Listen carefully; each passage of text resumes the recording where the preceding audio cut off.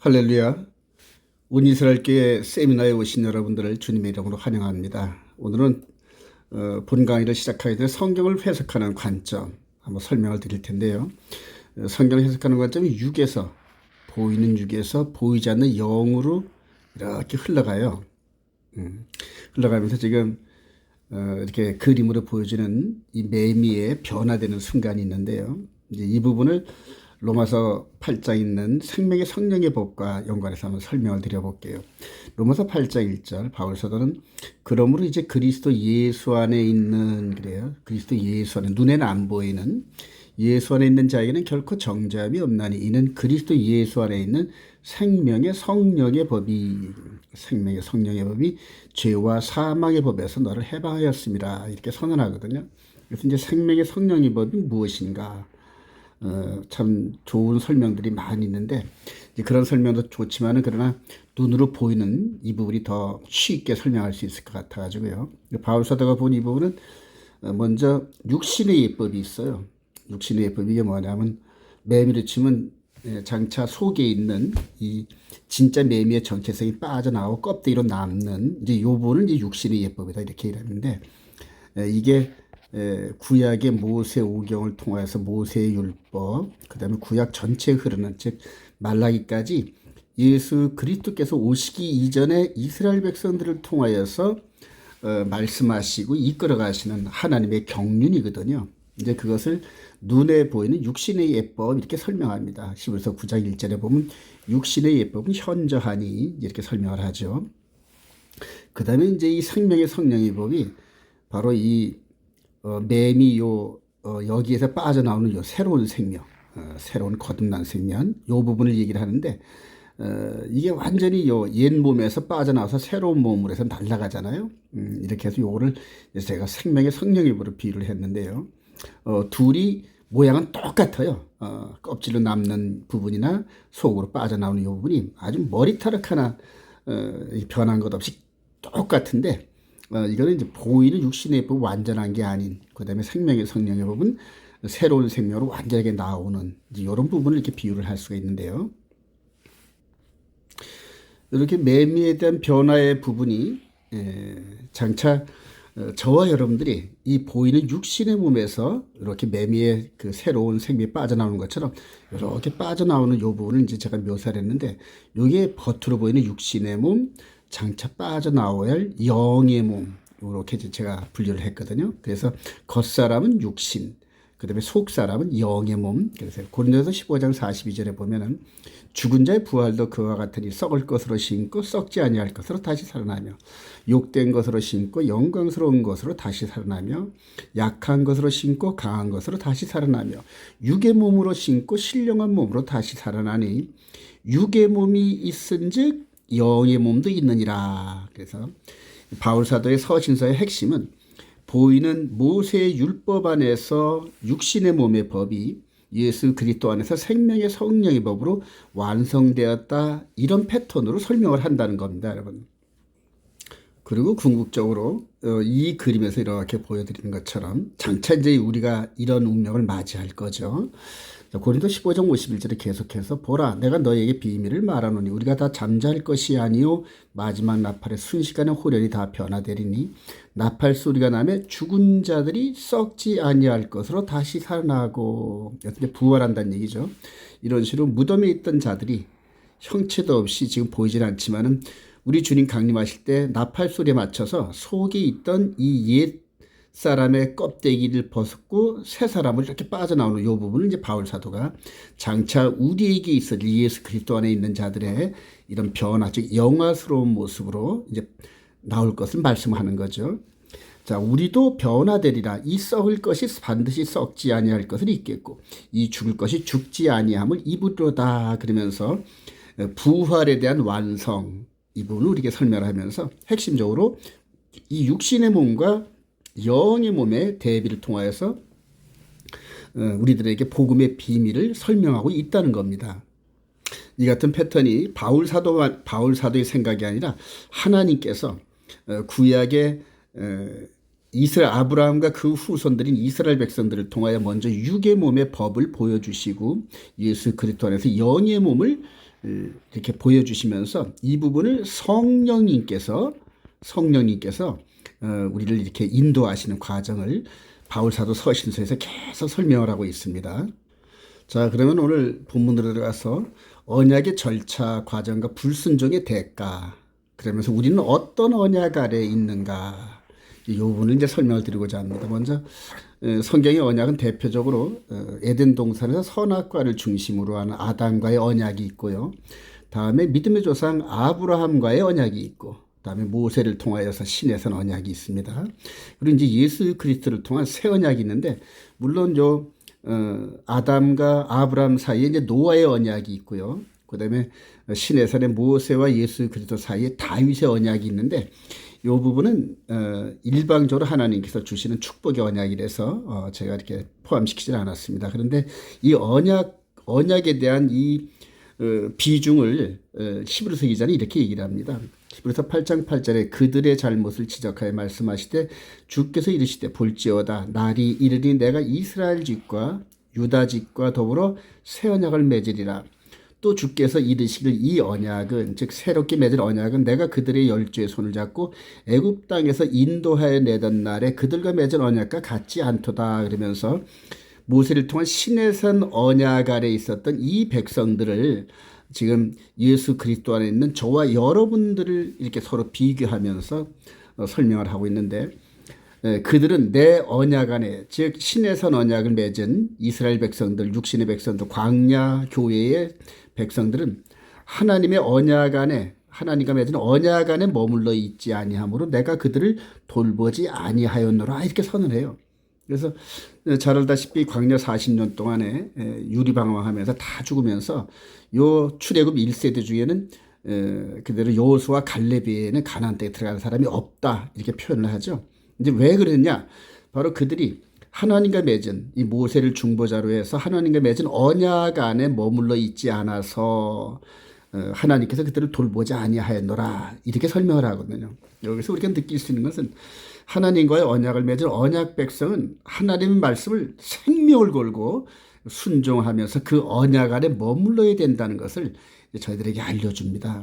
미리 이전에 말씀드렸던 에덴 동산의 아담의 언약이 어겨져서 죽게 됐고, 그 다음에 이제 헷불 언약을 맺은 아브라함이 그 말씀을 복종하지 못해서 이제 할례를 통한 피 흘림이 있었는데요. 계속해서 한번 볼까요? 자, 하나님과 이스라엘 백성들이 맺은 언약의 절차와 중요성, 이렇게 말씀드렸는데, 창세기 2장 15절에 여호와 하나님이 그 사람을 즉 아담을 이끌어 에덴 동산에 두어 그것을 경작하게 하고 지키게 하시고 여호와 하나님이 그 사람에게 명하여 이르시되 동산 각종 나무의 열매는 내가 임의로 먹되 허락을 하셨죠. 선악을 알게 하는 나무의 열매는 먹지 말라.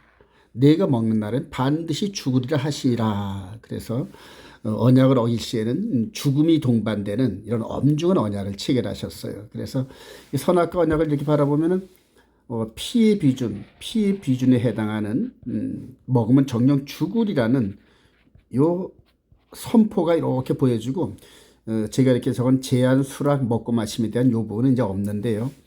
이후로 아브라함과 맺은 언약을 보면은 이제 이런 부분들이 잘 나타납니다. 이 헷불 언약에 보면은 아브라함에게 이제 언약을 1차적으로 제안하는 것이 창세기 12장 1절부터 3절까지, 또 수락하는 것이 창세기 12장 4절부터 5절까지, 또 피의 비준이 창세기 15장 9절부터 21절까지 요 헷불 언약의 본문이죠. 그리고 이제 먹고 마심이 있는데, 먼저 창세기 12장 1절에 여호와께서 아브라함에게 이르시되 너는 너의 고향과 친척과 아버지 집을 떠나 내가 네게 보여줄 땅으로 가라. 내가 너로 큰 민족을 이루고 네게 복을 주어 네 이름을 창대하게 하리니 너는 복이 될지라. 너를 축복하는 자에게는 내가 복을 내리고 너를 저주하는 자에게는 내가 저주하리니 땅의 모든 족속이 너로 말미암아 복을 얻을 것이라 하신지라. 이 부분이 바로 하나님께서 아브라함에게 언약에 대한 내용들을 설명하면서 제안을 하신 겁니다. 그리고 이제 바로 4절에 이에 아브라함이 여호와의 말씀을 따라갔고 롯도 그와 함께 갔으며 아브라함이 하란을 떠나 75세였더라 하면서 이 앞에 있는 1절부터 3절까지 제안하신 하나님의 뜻을 받아들였기 때문에 갈대 우르에서 떠나서 하나님 아버지께서 약속하신 가나안 땅으로 간 이제 수락까지 이렇게 진행되는 과정이죠. 그리고 이후로 아브라함의 여정을 보면 한 10여 년 동안 하나님께서 이끄시는 이 방향대로 애굽에 내려갔다 올라오면서 한 10여 년의 세월이 흐릅니다. 그리고 창세기 15장 8절에 그가 이르되 즉 아브라함이 가로되 주 여호와여 내가 이 땅을 소유로 받을 것을 무엇으로 알리까 한 10년 정도 흐르면서 뭔가 아브라함의 이 마음 안에 의구심이 생긴 거죠. 그래서 하나님께서 9절에 여호와께서 그에게 이르시되 나를 위하여 그러면서 이제 재물을 준비하라 이렇게 하고요. 10절에서 보면 이제 그 재물들을 중간을 쪼개고 그리고 13절 이하에 하나님께서 언약의 내용 즉 자손과 땅과 그다음에 이방인의 복에 대한 이런 부분들을 다시 재확인하면서 자세하게 언약의 내용을 선언하십니다. 그리고 13, 14, 15, 16, 17, 그 다음에 18 요로 쭉 하면서 언약의 내용이 횃불을 이렇게 17절에 횃불로 쪼갠 고기 사이로 지나가더라 이런 상태 속에서 언약이 피의 비준 즉 맹세하는 이런 장면이 나오죠. 다음으로 이제 먹고 마심에 대한 장면이 있는데요. 창세기 18장 이하에 보면은 여호와께서 마무리 상수나무들이 있는 곳에 아브라함에게 나타나시라 하면서 세 사람이 나타나는 이제 이런 장면이 나오죠. 그러면서 아브라함이 4절에 물을 조금 가져오게 하사 당신들의 발을 씻고 나무 아래 쉬소서 하면서 음식을 제공하기를 이렇게 말씀을 드려요. 그랬더니 이 세 사람 중에 이제 하나님께서 이렇게 허락을 하셔가지고 8절에 보니까 아브라함이 엉킨 젖과 우유와 하인이 요리한 송아지를 가져다 그들 앞에서 차려놓고 나무 아래에 모셔섬에 그들이 먹으니라 그러면서 요 먹고 마심에 대한 요런 일이 이루어지는 겁니다. 자, 그래서 아브라함과의 맺은 헷불 언약 그 과정에서 제한, 수락, 피의 비준, 먹고 마심 이게 이스라엘 백성들의 결혼 과정의 순서입니다. 순서. 그래서 반드시 이 제한, 수락, 피의 비준, 먹고 마시 때문에 이런 형태가 그대로 이루어져야 되는데 이게 어디서 왔냐면 하나님 나라에서 이렇게 하나님께서 이렇게 했던 이런 부분들이 이제 이스라엘 백성들에게 전수가 되는데 그 원조가 바로 아브라함과의 언약 안에 있다는 것을 이제 알 수가 있죠. 자, 이 부분이 왜 중요하냐면은 바로 아브라함 이후로 한 500년 후쯤에 출애굽 백성들 가운데서 신해선 언약을 맺습니다. 이 모세를 중보자로 해서 신해선 언약을 맺는데 이때도 똑같은 형태로 아브라함과 맺은 그 언약의 형태로 제한이 있었고 수락이 있었고 피의 비준이 있었고 먹고 마심이 있거든요. 이게 이제 출애굽기 19장 3절부터 6절까지 제한을 합니다. 모세를 통하여 너희 백성에 가서 나의 뜻이 이러니 좋겠냐 하고 이제 이렇게 말씀을 주시죠. 그랬더니 이스라엘 백성들한테 이게 알렸더니 우리가 다 순종하리이다 그러면서 수락하는 부분이 이루어지고 그리고 이제 출애굽기 20, 21, 22, 23 요 20장부터 23장의 내용이 언약의 내용들입니다, 여러분. 언약의 내용이고 그리고 이제 그것을 피의 비준을 해서 출애굽기 24장 이하로 이루어지는데요. 출애굽기 20, 21, 22, 23장을 전체 낭독을 하고 난 다음에 또 모세에게 이르시되 너는 아론과 나답과 아비후와 이스라엘 장로 70명과 함께 여호와께로 올라와 멀리서 경배하고 너 모세만 여호와께 가까이 나오고 그들은 가까이 나오지 말며 백성 너와 함께 올라오지 말지니라 하면서 모세가 와서 여호와의 모든 말씀과 그의 모든 율례를 백성에게 전하며 그들이 한 목소리로 응답하여되 여호와께서 말씀하신 모든 것을 우리가 다 준행하리이다. 또 이제 재차 확인을 하는 과정이 있죠. 그리고 나서 이제 4절에 모세가 여호와의 모든 말씀을 기록하고 이른 아침에 일어나 산 아래에 제단을 쌓고 이스라엘 12지파대로 12기둥을 세우고 또 5절에 이스라엘 자손의 청년들을 보내 여호와께 소로 번제와 화목제를 드리게 하고 모세가 피를 가지고 반은 여러 양풀에 담고 반은 제단에 뿌리고 언약서를 가져다가 백성에게 낭독하여 듣게 하니 그들이 이르되 여호와의 모든 말씀 우리가 준행하리이다. 또 다시 또 재확인합니다. 그래서 8절에 보니까 모세가 그 피를 가지고 백성에게 뿌리며 이르되 이는 여호와께서 이 모든 말씀에 대하여 너희와 세우신 언약의 피니라. 언약의 피니라. 이게 너무너무 중요하죠. 그리고 9절 이하에 모세와 아론과 나답과 아비후와 이스라엘 장로 70인이 올라가서 이스라엘의 하나님을 보니 그의 발 아래는 총을 편듯하고 하늘같이 청명하더라. 하나님이 이스라엘 자손들의 존귀한 자들에게 손을 대지 아니하셨고 그들은 하나님을 뵙고 먹고 마셨더라 하면서 이 언약이 마침표를 찍는 이제 그런 과정을 겪죠. 그리고 12절 이하에 여호와께서 모세에게 이르시되 너는 산에 올라 내게로 와서 거기 있으라. 내가 그들을 가르치도록 내가 율법과 계명을 친히 기록한 돌판을 내게 주리라 하면서 언약의 내용을 기록한 것을 문서화해서 이스라엘의 대표자격인 모세에게 주겠다 이렇게 설명을 하는 겁니다. 그래서 신에서 언약의 절차상의 제한, 수락, 피해 비준, 먹고 마심이 끝나면서 이제는 하나님께 맺은 이 신에서 언약은 이제부터 효력이 발생돼 가지고 이대로 이행하지 아니하면 처벌을 받는, 즉 피를 뿌린 상태로 죽어야 하는 이제 그런 언약으로 완전히 성문화됩니다. 이후로 모세의 신에서 언약 이후로 한 1500년 후에 우리 예수님께서 오시면서 이제 똑같은 패턴으로, 즉 아브라함, 모세와 맺었던 제한, 수락, 비준, 먹고 마심의 절차대로 그대로 이제 예수님께서 답습을 하시는 걸 보게 돼요. 자, 그래서 1차적으로 제한은 마태복음 5장부터 7장까지 산상수훈이라 그러죠. 산상수훈. 이 내용이 바로 이 시내산에 맺은 이 언약을 확대 영적인 깊이로 다시 한번 확인하는 그런 과정인데, 이 두 돌판에 기록되었을 때는 영적인 의미가 뿜어나오지를 못했는데 우리 예수님께서 말씀을 하실 때는 그 내면에 숨어 있었던 영적인 부분까지, 대표적으로 간음하지 말라, 살인하지 말라, 이 부분 속에서 이제 우리 주님께서 확대 영적 해석을 하면서 간음하지 말라 너희들이 들었거냐 나는 너희에게 말하노니 여자를 보고 음욕을 품은 자마다 이미 간음했고, 살인하지 말라 너희들이 들었거냐 나는 너희들에게 이르노니 친구에게 나가라 하는 자도 이미 살인하여서 지옥불에 들어가는 그러한 심판을 받는다 하면서 이 새 언약의 내용, 즉 두 돌판에 기록된 이 부분을 영적인 부분까지 완전하게 드러내시면서 새 언약의 내용으로 제안을 하시는 겁니다. 제안을 했고, 그다음에 이제 수락을 했는데 요한복음 17장 6절 이하의 8절에 이 12제자들이 3년 반 동안 공생의 기간 동안에 따라다니면서 하나님의 그 새 언약의 내용을 이해했기 때문에 이제 우리 예수님께서 새 언약을 맺을 그런 유월절 피에 그런 제물로 드려질 직전, 요한복음 17장 겟세마네 동산에서 하신 말씀이거든요. 자, 요한복음 17장 5절에 아버지여 창세전에 내가 아버지와 함께 가졌던 영화로서 지금도 아버지와 함께 나를 영화롭게 하소서. 세상 중에서 내게 주신 사람들에게 내가 아버지의 이름을 나타내었나이다. 그들은 아버지의 것이었는데 내게 주셨으며 그들은 아버지의 말씀을 지키었나이다.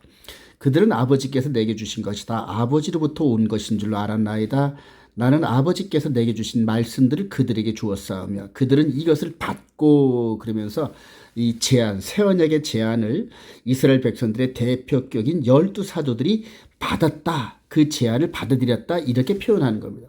내가 아버지께로부터 나온 줄을 참으로 아오며 아버지께서 나를 보내신 줄도 그들이 믿었사옵나이다 하면서 이제 제안 수락 단계까지 이제 이루어진 걸 볼 수가 있죠.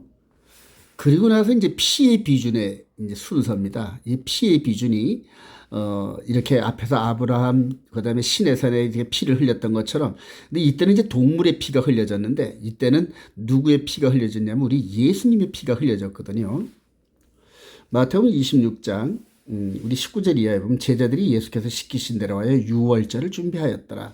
저물 때 예수께서 12제자와 함께 앉으셨더니 그들이 먹을 때 이르시되 내가 진실로 너희에게 이르노니 너희 중에 한 사람이 나를 팔리라 하시니 그들이 몹시 근심하여 각각 여짜오되 주여 나는 아니지요. 대답하여 이르시되 나와 함께 그릇에 손을 넣는 그가 나를 팔리라. 그러면서 이제 가룟 유다가 나가게 되죠. 자기 일을 하러. 이제 그때 26절 이하에 그들이 먹을 때 예수께서 떡을 가지사 축복하시고 떼어 제자들에게 주시며 이르시되 받아서 먹으라 이것은 내 몸이라 하시고 또 27절에 또 잔을 가지사 감사기도 하시고 그들에게 주시며 이르시되 너희가 다 이것을 마시라 이것은 죄사함을 얻게 하려고 많은 사람을 위하여 흘리는 바 나의 피 곧 언약의 피니라. 그래서 아까 시내산에서 모세와 맺은 언약 속에서도 모세가 백성들에게 피를 뿌리고 하나님께도 피를 뿌리면서 이것이 언약의 피니라 이렇게 선언했던 것처럼 이제 우리 예수님께서 똑같이 모세가 했던 것처럼 똑같은 방법으로 당신의 피 흘림을 통하여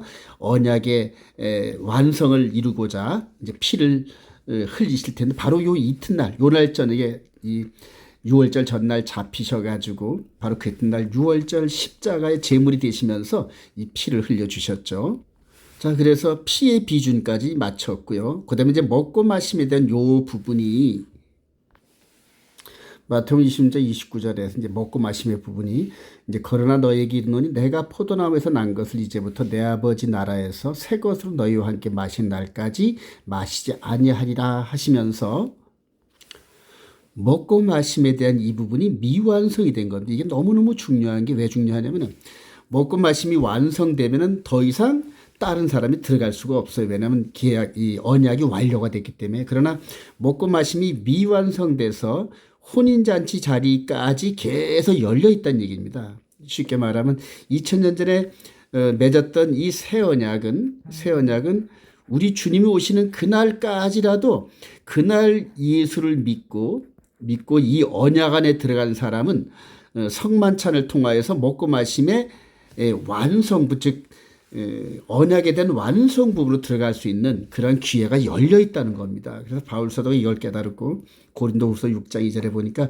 지금은 은혜 받을 만한 때요 지금은 구원에 이를 만한 때다 그러면서 언제든지 새 언약에 대한 이 부분이 우리 주님 다시 오실 때까지 계속 열려 있다 이런 얘기입니다. 그래서 이스라엘 백성들이 이렇게 맺는 이 언약의 이 절차를 이해하는 게 너무너무 중요하고 그다음에 복음의 비밀과 확신을 깨닫는 데 아주 너무 중요하죠.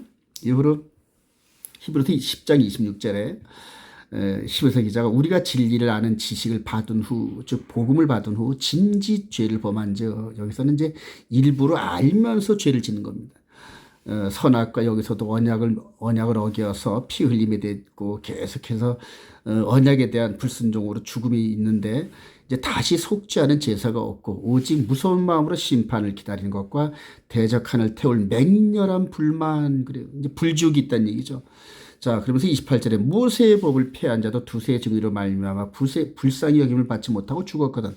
하물며 하나님의 아들을 짓밟고 자기를 거룩하게 한 언약의 피를 부정한 것으로 여기고 은혜의 성령을 욕되게 하는 자가 당연히 받을 형벌을 얼마나 더 무게겠느냐 너희는 생각하라 그러면서 이전에 아담이 언약을 어겨서 죽임을 당하는 이런 사건 아브라함이 이제 앞으로 나오지만은 이 언약을 어기면서 육신의 할례를 통하여서 피 흘리는 사건 시내산의 언약을 통하여서 불순종한 이스라엘 백성들이 동물 제사에 피 흘린 과정을 이제 이렇게 겪었는데 이제 마지막 새 언약 안에 있는 저와 여러분들이 이 언약을 무시하거나 따르지 않거나 불순종해서 언약에 대한 열매를 맺지 못할 때는 그 마지막 심판이 얼마나 엄중하게 되냐 이렇게 경고하는 겁니다. 자, 그 부분을 이제 부분적으로 한번 볼 텐데요. 에덴 동산의 언약이 파기됨과 함께 그 대가로 여자의 후손이 이렇게 죽는 체벌을 받는데 내가 먹는 날은 반드시 죽으리라 하시라 그러면서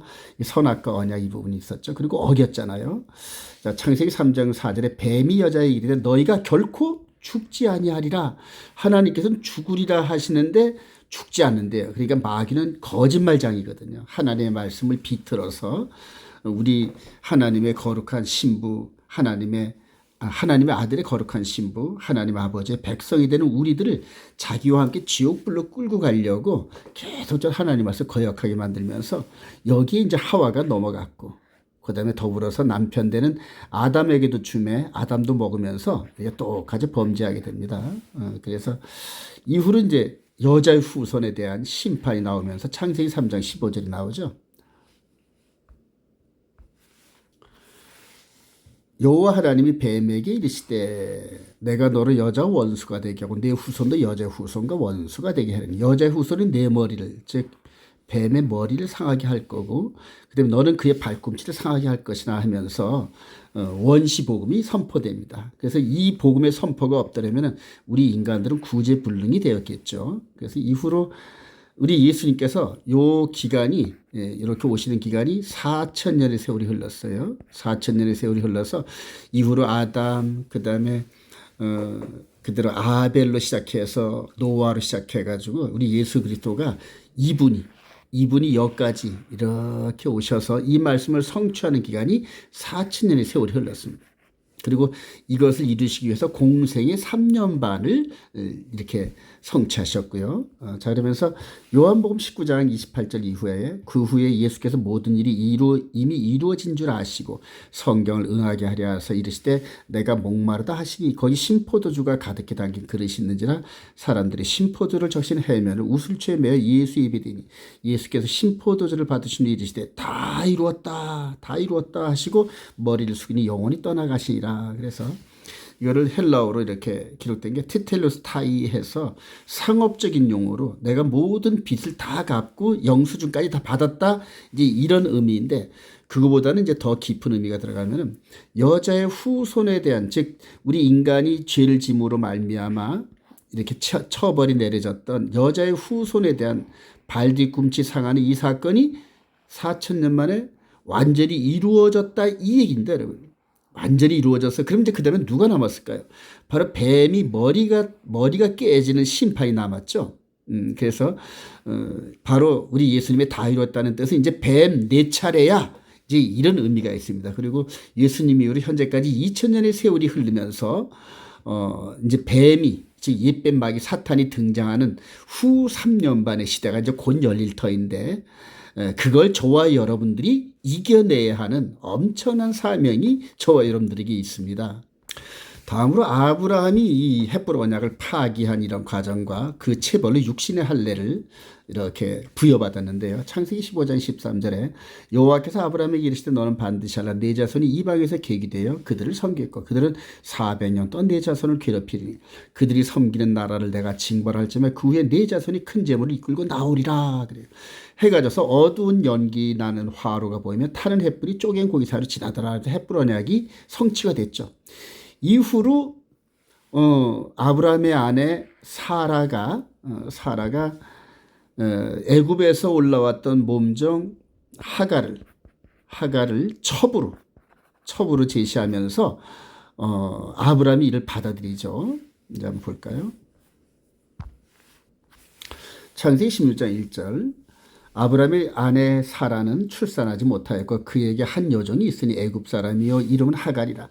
사레가 아브라함에게 이르되 여호와께서 내 출산을 허락하지 아니하였으니 원하건대 내 여종에게 들어가라 내가 혹 그로 말미암아 자녀를 얻을까 하노라 하며 아브라함이 사레의 말을 들으니라. 그래 사레의 말을 이제 에덴 동산에서는 선악과를 따먹은 하와의 말을 아담이 듣고 먹었던 그래서 먹고 나서 이제 죄를 범했던 여기서 똑같아요.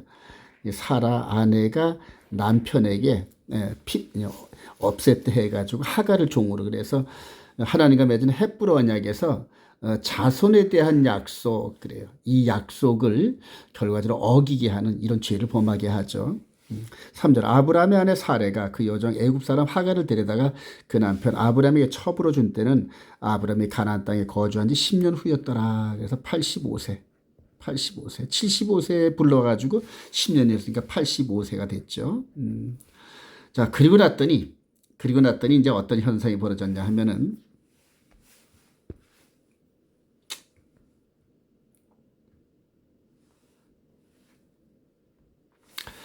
창세기 17장 9절에 너는 내 언약을 지키고 내 후손도 대대로 지키라. 너희 중 남자는 다 할례를 받으라. 그래. 범죄하고 난 후에 13년 만에 나타나서 하나님께서 피를 흘리는 체벌을 주십니다. 다 할례를 받으라. 이것이 나와 너희와 너희 후손 사이에 지킬 내 언약이니라. 너희는 표피를 배워라. 이것이 나와 너희 사이의 언약의 표징이니라. 너희의 대대로 모든 남자는 집에서 난 자라 또는 너희 자손이 아니라 이방 사람에게서 돈으로 산 자를 막론하고 난지 8일 만에 할례를 받을 거라. 그러면서 난지 8일 만에 요 아기의 이 꼬추의 끝자리를 랍비가 이렇게 칼로 자르는 장면이고요. 그 다음에 요거는 이제 잘려져 가지고 버림받은 껍질입니다. 표피, 표피고 그 다음에 이제 새로운 속살을 포도주를 발라서 이렇게 아물게 하는 이제 이런 과정인데 이게 할례 과정입니다. 그리고 이제 이걸 보통 한국 사람들은 남자들은 이제 군대 가서 예전에 할례를 좀 많이 했어요. 포경 수술이죠, 일종의.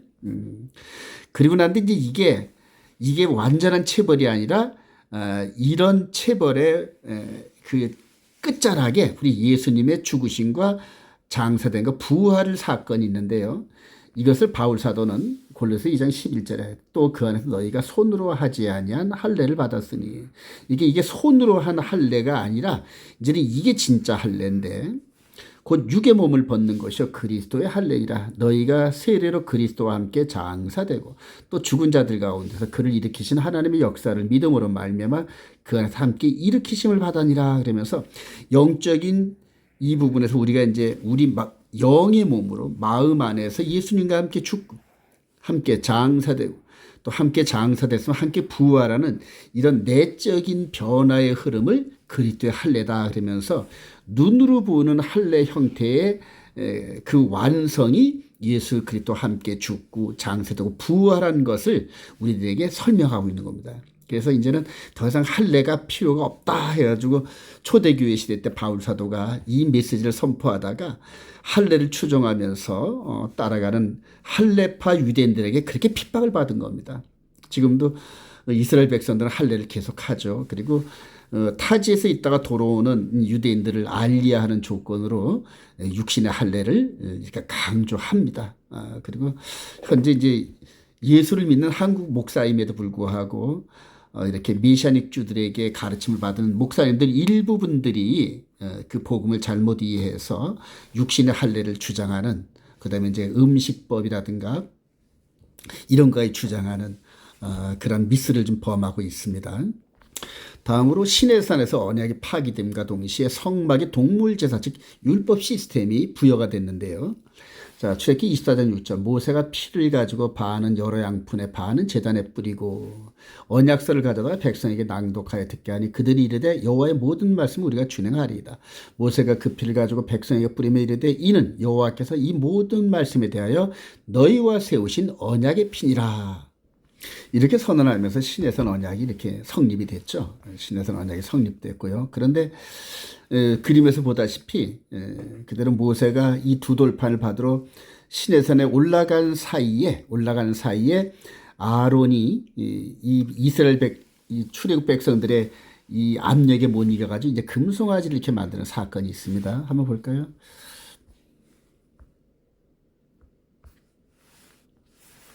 출애굽기 32장 4절에 아론이 그들의 손에서 금고리를 받아 부어서 조각칼로 새겨 송아지 형상을 만드니 그들이 말하되 이스라엘아 이는 너희를 애굽 땅에서 인도하여낸 너희의 신이로다. 그러면서 지금 이렇게 이 금송아지가 신이다 이렇게 선언하는데 두 번째 계명 어떤 우상도 새기지 말라 이렇게 말씀을 하셨는데 40일도 안 지나서 이렇게 우상을 만들어 놓고 섬기는 두 번째 계명을 어기는 현상을 보게 됩니다. 자, 5절 이하에 아론이 보고 그 앞에 제단을 쌓고 이에 아론이 공포하되 내일은 여호와의 절이니라. 그러면서 여호와의 절기래요.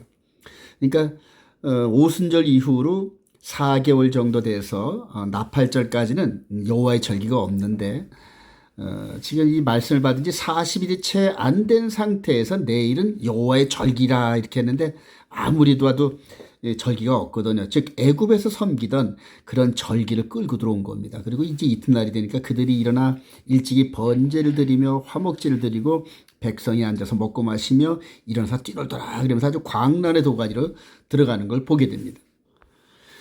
이 장면을 모세가 두 돌판을 이렇게 들고 내려온 도중에 보고 난 다음에 계약이 깨졌구나.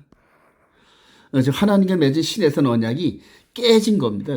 이스라엘 백성들이 범죄함으로 말미암아 그래서 두 돌판을 그냥 던지고 그리고 이후로 이 광란의 축제에 참석한 사람 중에 우두머리급 3,000명을 뢰인들이 전부 다 죽이는 이제 이런 장면이 나옵니다, 여러분.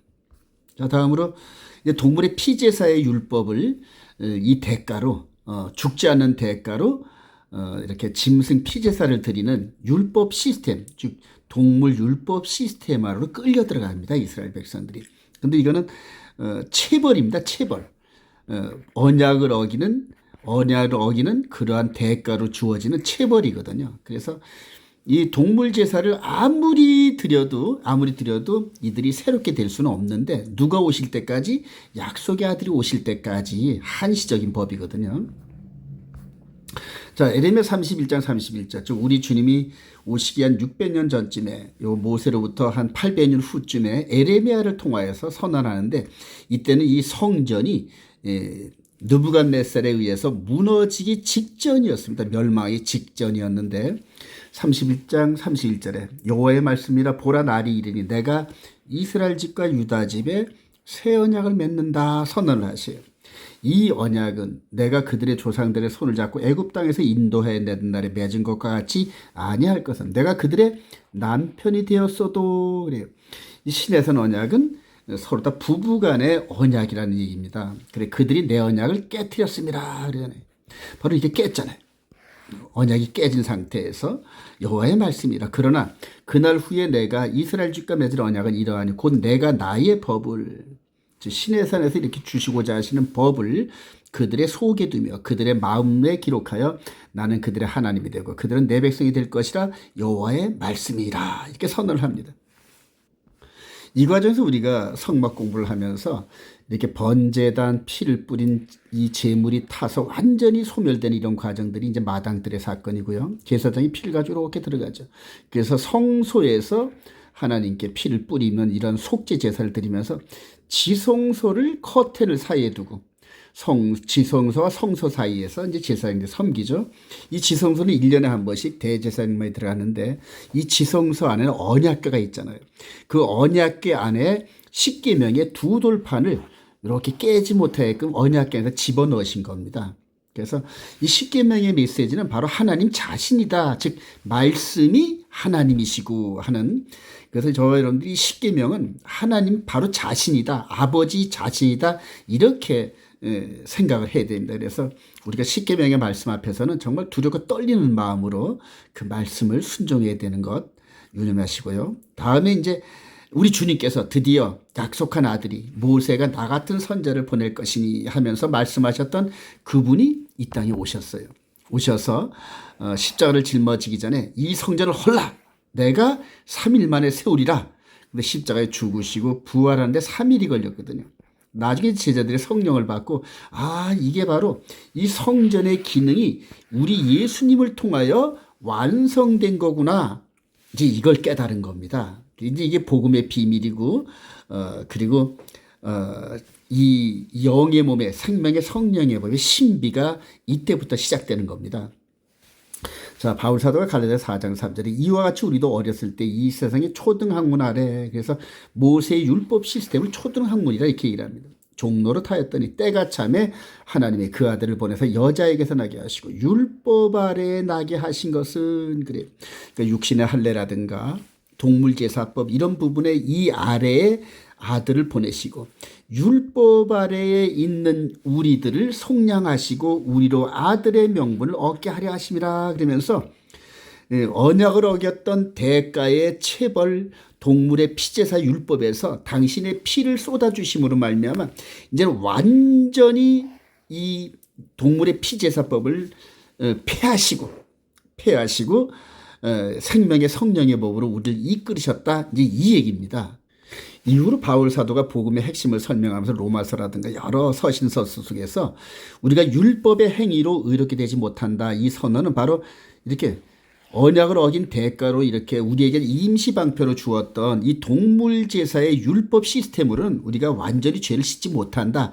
누구로 피로? 즉 예수님의 피로만 말미암아 우리 영의 몸에 죄값을 완전히 치르고 의롭게 되는 거다 이렇게 주장을 하는 겁니다. 그래서 이런 주장들을 서신서를 이해하려면은 영의 예법에 대해서 우리가 정말로 심각하게 고민하면서 순종하면서 깨달아야 되는 건데요.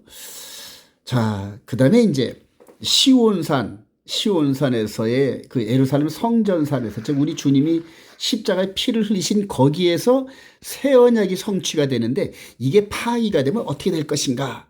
한번 우리가 두렵고 떨리는 마음으로 한번 들어보겠습니다. 먼저 이거에 대한 새 언약에 대한 이 부분을 이제 에레미야를 통하여서 말씀을 하셨고요. 다니엘서 9장 27절에 그가 지금 이게 적그리스도냐 메시아냐 할 때 저는 100% 1000% 생명을 걸고 이게 메시아라고 확인할 수 있습니다. 그가 장차 많은 사람과 더불어 한 일의 동안의 언약을 즉 베리트 언일의 동을 굳게 맺고 그가 그 일의 절반의 제사와 예물을 금지할 것이 폐지한다. 또 포악하여 가증한 것이 날개를 의지하여 설 것이며 또 이미 정한 종말까지 진노가 황폐하는 자에게 쏟아지리라 하였느니라. 이 부분을 대부분의 이 신학자들이나 목사님들이 오해를 해가지고 이 마지막 한 일회를 단순히 7년 이렇게 계산을 했습니다. 그래서 이 부분 때 이제 많은 오해와 계시록이 곁길로 가는 이런 그 결과를 낳는데 먼저는 앞부분에 그가는 예수님의 새 언약의 사역입니다. 한번 볼까요? 아까도 읽었지만 마태복음 26장 28절에 이것은 죄사함을 얻게 하려고 많은 사람을 위하여 흘리는 바 나의 피 곧 언약의 피니라 그러면서 69일에 이후로 3년 반 동안 공생애를 하시면서 바로 6월절 전날 이 언약의 피를 흘려주실 것을 말씀하시면서 피의 비준을 맺는 과정이죠. 이게 3년 반 걸린 겁니다. 그리고 3년 반, 즉 한일의 7년의 중간에 십자가 사건을 통하여 완성을 한 겁니다. 6월절 어린 양. 그래서 예수님의 사역은 시작 공생애, 즉 침례 요한으로부터 요단강에서 침례를 받는 그 순간부터 십자가를 죽으실 때까지 몇 년이 걸려면 3년 반이 걸렸습니다. 3년 반. 그래서 이 다니엘서 9장 27절의 예언은 그가 장차 많은 사람과 더불어 할 때 이 많은 사람 여기에서 마태가 많은 사람과 여기 많은 사람을 위하여 할 때 예수님께서 이 많은 사람을 그대로 받으셔가지고 다니엘서 9장 27절의 그 사건이 나로 인하여 성취가 되었노라 그렇게 선언하시는 이제 그런 장면입니다. 그런데 이 부분을 그가를 적그리스도로 해석을 해서 마지막 이 시대에 7년을 몽땅 갖다 놓고 7년 동안 적그리스도가 평화조약을 맺는다 이렇게 했는데 여러분 이 적그리스도로 현현되는 이 마귀도 예수님과 똑같이 3년 반의 이 권세를 받았어요. 7년이 아닙니다, 여러분. 자, 그래서 이후로 이제 이 예수 그리스도의 새 언약이 예수 그리스도가 승천하시고 오순절 성령이 임하면서부터 영의 예법 영적인 그러한 새 언약이 이루어지면서 에레미야를 통하여 말씀하신 대로 하나님의 법을 신의 산에서 주어오자 하는 그 십계명의 법을 믿는 자들의 마음 안에 기록하고 그리고 우리 마음에 예수님의 완전한 속죄 제물이신 그리스도의 보혈의 피를 우리 마음에 뿌려주고 그래서 하나님의 계명과 그다음에 예수를 믿으면서 얻는 이 보혈의 피의 능력을 우리들에게 주신 겁니다. 그리고 승천하시기 직전에 마태복음 28장 마지막 부분에 하늘과 땅의 모든 권세를 내게 주셨으니 이제는 너희들은 예루살렘과 온 유대 사마리아 땅끝까지는 내 증이 되리라. 내가 세상 끝날까지 세상 끝날은 바로 70일이거든요, 여러분. 그래서 69일에와 70일의 사이는 한 일에 7년이지만 7년은 맞지만은 요 사이에 이방인 시대, 이방인의 충만한 시대 2000년이란 요 감추어진 시간이 이렇게 삽입된 겁니다. 그래서 현재 저와 여러분들 아직 70일에를 맞기 이전인데요. 맞기 이전인데 요 안에 지금 이방인의 충만한 2000년의 세월이 이렇게 지나가면서 바울 사도가 로마서 11장에 이방인의 충만한 수가 들어오면은 그 다음에는 온 이스라엘이 구원을 얻으리라는 이 메시지가 로마서 11장에서 이제 이루어지죠. 저와 여러분들이 새 언약 안에 있는 것처럼 히브리서 기자도 2000년 전에 있었던 초대교회의 히브리서 기자 즉 바울이죠. 바울도 지금 히브리서 9장 13절 이하에 염소와 황소의 피와 및 암송아지의 죄를 부정한 자에게 뿌려 그 육체를 정결하게 하여 거룩하게 하거든.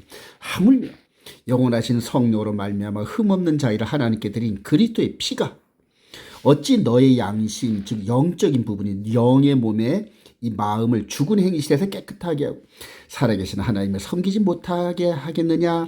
이로 말미암아 그는 새 언약의 중보자시니. 예레미야를 통하여 약속하신 새 언약이 이제는 다니엘을 통하여서 더 자세하게 많은 사람과 더불어 요 한일의 중간에 이루어질 요까지 시간까지 말씀한 거거든요. 그래서 다니엘의 70일에와 한일회를 마지막 한일을 이해하는 게 너무너무 중요하죠. 자, 이는 첫 언약 때에 범한 죄에서 속량하라고 주구사 부르심을 입은 자로 하여금 영원한 기업을 약속을 얻게 하려 하심이라는데, 첫 언약 이 부분은 가깝게는 신에선 언약 이 부분을 말하는 거고요. 더 멀리는 에덴 동산의 아담과의 언약에 대한 파괴를 우리 예수님께서 다 짊어지신 요 십자가 사건을 얘기하는 겁니다. 그래서 아담 이후로 지은 모든 죄값이 이분의 죽으시는 말미암아 무효와 처리가 되고, 그리고 이제 죽고 부활하면서 예수님을 나의 구주로 영접한 그들이 예수님과 함께 십자가에 죽고 장세되고 부활한 그 경험을 바탕으로 이제 언약, 새 언약 안에 들어가는데, 요 새 언약의 증표, 새 언약의 내용이 믿는 자 안에 마음판에 기록되었다. 이제 그렇게 성경은 얘기하죠. 이제부터 이제 중요한 게 요 적그리스도가 이제 등장하라는데, 요 다니엘서 7장 25절에 보면은 이 적그리스도는 어떤 일을 하냐? 하나님의 때와 법을 바꾼대요. 그리고 42달 동안 권세를 받으면서 3년 반의 권세를 받으면서 아담 옆에 뱀이 있었던 것처럼, 또 아브라함 옆에 사라가 언약을 어기게 한 것처럼, 또 모세의 신에선 언약에서 아론과 그 추종자들이 그들을 금송아지를 세우면서 언약을 깨뜨리게 했던 것처럼, 이제는 이 옛뱀 마귀 사탄이 이 적그리스도의 몸 안으로 직접 들어와 가지고 마지막 3년 반 동안 하나님의 때와 법을 변개하고 속인다는 얘기입니다. 변개라는 게 속여서 그걸 따르게 하면서 결과적으로 새 언약을 어기게 하는 그런 결과를 가져온다, 이렇게 경고하는 겁니다. 그래서 계시록 14장 9절 이하에 만일 누구든지 짐승과 그의 우상에게 경배하고 이마에나 손에 표를 받으면 그도 하나님의 진노의 포도주를 마시리니 그 진노의 잔에 섞인 것이 없이 부은 포도주라. 거룩한 천사들 앞과 어린 양 앞에서 불과 유황으로 고난을 받으리니, 즉 이 새 언약을 어기면 영원히 지옥불에 들어간다는 얘기입니다. 그 고난의 연기가 세세토록 올라가려다 짐승과 그의 우상에게 경배하고 그의 이름표를 받는 자는 누구든지 밤낮 쉼을 얻지 못하려 하더라. 성도들의 인내가 여기 있나니 그들은 하나님의 계명과 예수에 대한 믿음을 지키는 자 아니라. 그러면서 아까 말씀드린 것처럼 하나님의 계명과 예수의 그때 보혈의 피의 공로를 믿는 이들을 성도다, 이렇게 얘기를 하는 겁니다, 여러분. 자, 이마에나 손에 짐승의 표를 받는다는 게 뭐냐면 때와 법을 바꾸는 그 법을 따라간다, 그 얘기입니다, 여러분. 그래서 하나님의 계명을 벗어난 이 마귀가 속여서 선포한 그 때와 법을 하나님의 법으로, 우리 데살로니가 후서 2장에 보면은 이 적그리스도가 어떠냐면 하나님의 성전에 앉아서 자기를 하나님이라 선포하고, 그러니까 하나님이니까 신의 산에서 말씀을 선포한 것처럼 자기 법을, 자신이 만든 법을 선포하고 그 법을 따르는 자들에게 이 짐승의 나라 주민등록증 역할을 하는 짐승의 표를 준다, 이걸.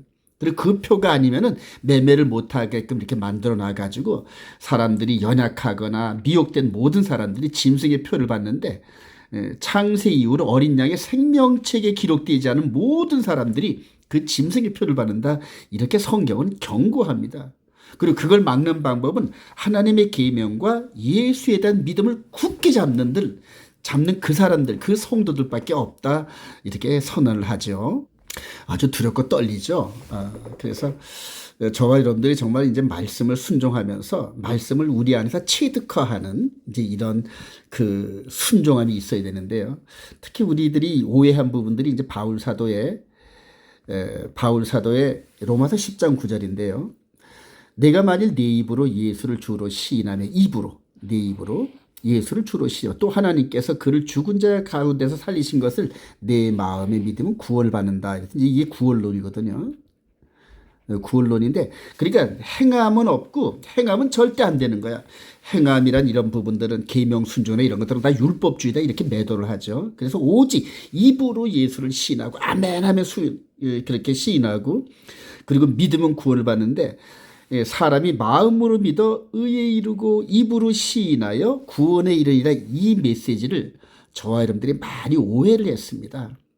바울 사도가 깨달은 이 예수 그리스도의 새 언약에 대한 이 부분이 어디서 온 거냐 하면은, 우리 여호수아 8장 33절 이하에 보면은, 이 이스라엘 백성들이 가나안 땅에 들어가서 요 세겜 지역인데요. 여기가 세겜 지역입니다. 여기서 현재 지금 야곱의 우물이 있고요. 그다음에 야곱의 아들 요셉이 형들에 의해서 우물에 빠졌다가 그대로 17살 때 애굽으로 팔려간 이제 그런 장소, 바로 세겜 땅입니다. 그래서 430년 만에 이렇게 돌아와가지고 세겜에서 요셉의 유고를 장사 지내고 난 다음에 요 에발산과 그리심산이 있는데, 여기에서 장정만 60만 되고 한 200만 명 정도 되는 이 이스라엘 백성이 반으로 쫙 나눠져 가지고 6지파는 에발산에, 그다음에 6지파는 그리심산 쪽에 쓰면서 여호수아가 총지휘자가 되고, 그다음에 제사장들과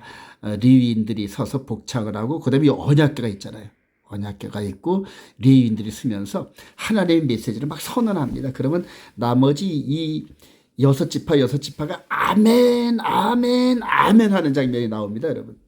그게 이제 바로 여호수아 8장 33절 이하인데요. 34절에 여호수아가 율법책을 기록된 모든 것대로 축복과 저주하는 율법의 모든 말씀을 낭독하였으니, 모세가 명령한 것이 여호수아가 이스라엘 온 회중과 여자들과 그 아이와 그들 중에 동행하는 거림들 앞에서 낭독하지 않은 말이 없더라. 근데 이게 신명기 27장 11절부터 26절까지 모세가 명령한 거거든요. 이제 이걸 여러분들 한번 읽어보세요. 그러면은 무슨 말씀을 할 때마다 아멘 아멘 아멘 할지어다 그러거든요.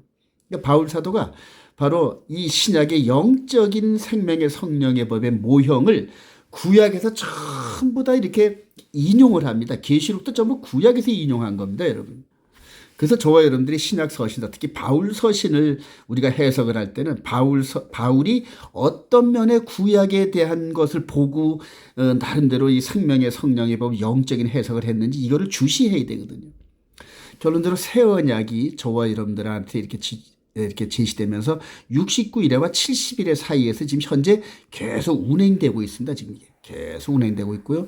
뉴욕에 감추어진 이방인 시대가 2000년이 포함돼 가지고 이제 거의 끝나갈 무렵이 돼 있어요. 끝나갈 무렵에 후손년반이 저와 여러분들 앞에 지금 기다리고 있으면서 곧 짐승이 적그리스도가 등장하는데, 지금 현재 우크라이나 전쟁이라든가 얼마 전에 한 10일 전에 그들이 이스라엘 공격한 이 가자 지구의 하마스 세력, 이런 모든 부분들이 마지막 때 종말을 이루고자 하는 여러 가지 사건들을 지금 막 나타나고 있죠. 마태복음 24장에 경고한 대로 거짓 선자가 등장하고 전쟁과 기근과 그다음에 전염병 이런 것들이 막 나타나잖아요. 작년까지 해서 이 코로나 이 질병으로 해서 2, 3년 동안 전 세계가 아주 그냥 꽁꽁 묶여 있었던 이런 부분들, 또 전쟁이 막 터지고, 그다음에 조금 있다 이제 지진도 지금 막 일어나잖아요, 지금. 그래서 거의 주님이 오실 날이 점점 가까우는 이때가 돼가거든요. 자, 야고보서 1장 21절에 이렇게 야고보 사도는 선언합니다. 모든 더러운 것과 넘치는 악을 내버리고 너의 영혼을, 너무너무 중요합니다, 여러분. 육의 몸이 있은 자 영의 몸이 있죠.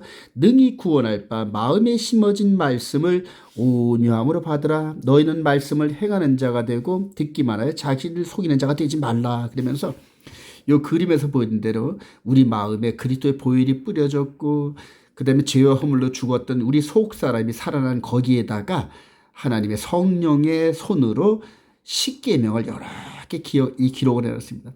이 바로 시내산에 불로 임하신 분이 이 두 돌판에다가 십계명을 기록한 것처럼, 이제는 깨지 못하게 새 언약 안에 우리 안에다가, 우리 마음 안에다가 하나님의 말씀을 기록하고 이걸 순종하게 하면서 나는 그들의 하나님이 되고 그들은 나의 백성이 되라, 이렇게 선언하셨던 이 새 언약의 메시지입니다, 여러분. 사랑하신 여러분, 말씀을 순종하면서 십계명을 순종하면서 한번 따라가 보세요. 그럼 다릅니다. 느끼는 바가 다르고, 사도들이 깨달았던 그러한 그 성경의 그 자리에서 그대로 함께 쓰면서 보면은 성경이 정말로 깊이 깨달아집니다. 그 깨달은 그 말씀을 순종하면서 예수 그리스도의 거룩한 신부로 꼴지어져 가시는 저와 여러분 되시기를 주님의 이름으로 축원드립니다.